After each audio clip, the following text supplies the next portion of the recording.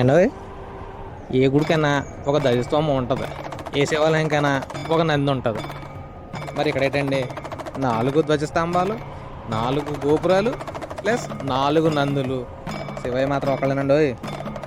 ఇది మన రాజమండ్రిలోని నాకు తెలిసి రీసెంట్గా కట్టారని తెలిసింది.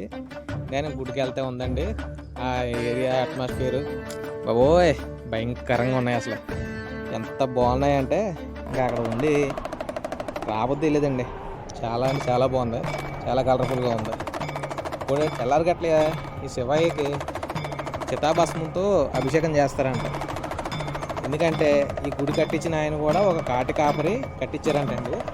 ఆయనే వచ్చి తెల్లారి గట్ల విభూతితోటి అభిషేకం చేసి హారతి ఇచ్చి వెళ్తారంటండి. ఆ టైంలో ఒకవేళ మనం ఉంటే ఆ అవకాశం మనకు కూడా వస్తుందని చెప్పి అన్నారు.